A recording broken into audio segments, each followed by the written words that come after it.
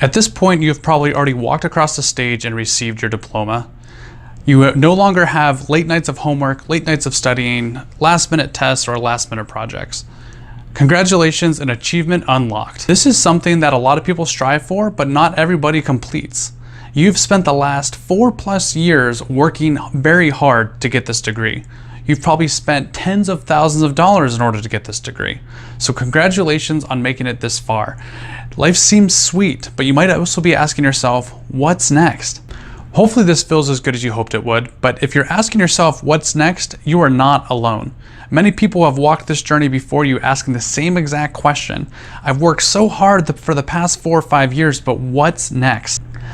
How am I going to earn money? What type of job am I going to have? What type of car am I going to have? Where am I going to live?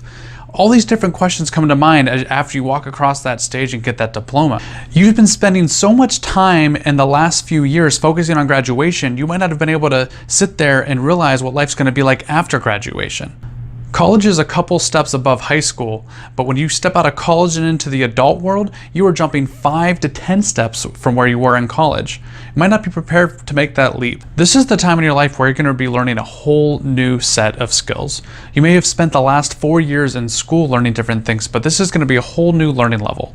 You're going to be managing money. You're going to be out on your own, figuring out responsibilities, what type of car you're going to be driving, searching for a new job using that expensive degree you just got. The great thing is you have a full life in front of you that is going to be filled with a bunch of highs and a bunch of lows.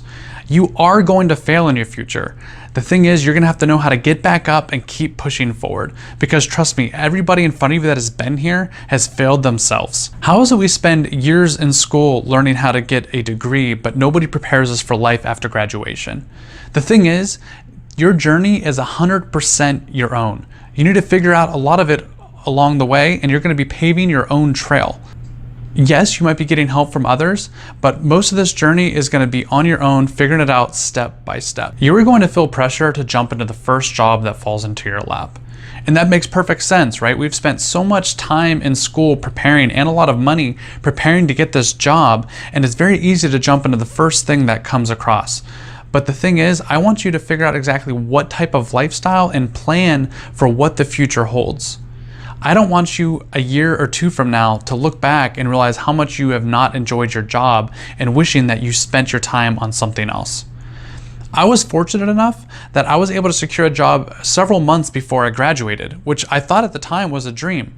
But the thing I realized was I had to quickly transition from a school schedule to a work schedule. I never got to actually celebrate my wins as far as college graduation, and I had to quickly figure out all of the things without stepping back and actually making a plan. Job hunting isn't the most glorious thing in the world, but the thing is, you don't want to have to do it every 2 years because you don't like your job. There are many people that they start to get comfortable in a job that they don't like, and then they look back 5 or 10 years down the road and realize that they should have jumped ship a lot earlier. So why not take the time to slow down, plan out what type of job you want so you can focus and land in the right career that is good for you and great for the company. Your mission, should you choose to accept it, is to go out and find a job that is very meaningful to you. I don't want you to just send out 5 resumes into places and just jump on the first place that gives you a call. You are interviewing places just as much as they are interviewing you. You need to find a job that you're going to feel safe at, in an area that you love, and that's going to empower you to grow. Companies that invest in you are a company that you want to stick with. Companies where you are just a number are not worth spending your time, because all they look at is who can provide the most value for the company, rather than realizing how can they provide value to their employees. You need to figure out what you want to be, not what others think you should be. You need to spend the time to figure this out.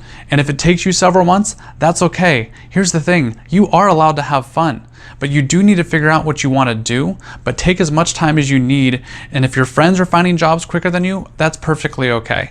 You need to find a job that is the right fit for you. I know right now might be a scary time, but there are many other people that have gone through this scary time before you, and they have made it through their journey.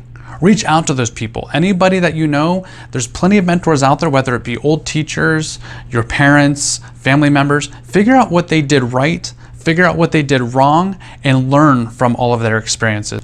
Because figuring it out on your own is not nearly as great as figuring it out from other people that have already walked the journey. So, Class of 2019, what type of person do you want to be? What future are you looking to have, and what are you going to do today to make sure that you achieve that future?